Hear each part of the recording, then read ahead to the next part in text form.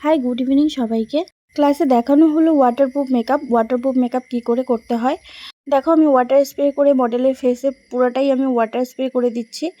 এখানে শুধু মেকআপটাই করা হয়েছে, আমি আইব্রো আর আই মেকআপটা করিনি, শেষে করব।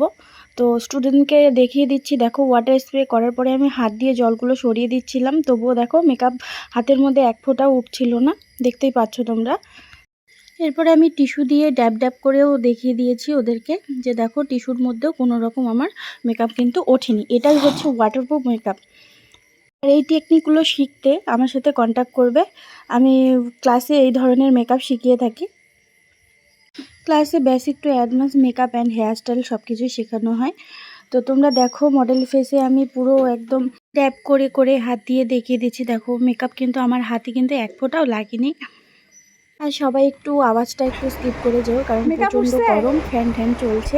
তো স্টুডেন্টদের কাছ থেকে রিভিউগুলো নিচ্ছি। দেখো তোমরা, ওরা কি বলে শুনতেই পাচ্ছ তোমরা।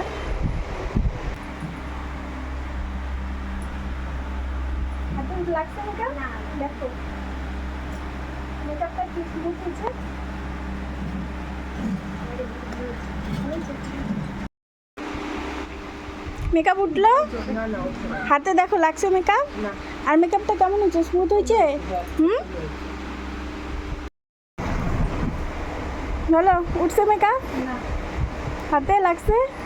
ক্লাসে এই ধরনের মেকআপ টেকনিক শিখতে পেরে ওরা খুবই খুশি। ওদের মুখ থেকে তোমরা রিভিউগুলো শুনে নিয়েছো।